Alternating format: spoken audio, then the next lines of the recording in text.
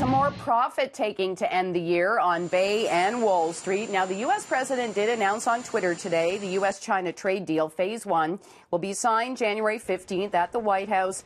This as the impeachment battle rages on in Washington. Markets, though, largely expecting the development around U.S.-China trade.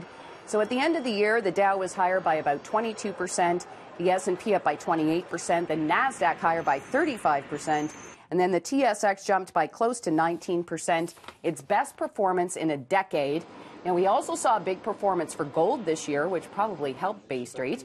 It was higher by 19%, its best performance since 2010. And as well today, we saw our loonie move above 77 cents U.S. during the session today. Well, the smallest Canadian bank, based on assets, is the best performing stock in the last decade. National Bank saw an annualized gain of almost 14%, including dividends, since 2009, punching above its weight in terms of its bigger rivals like TD and the Royal Bank.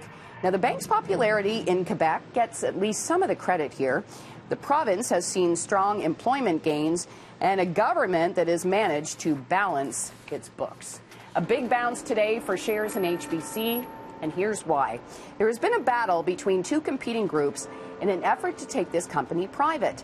We heard today the group led by HBC Chairman Richard Baker is considering raising the offer to $11 a share from $10.30. That is roughly the same price the other group, Catalyst Capital, was offering.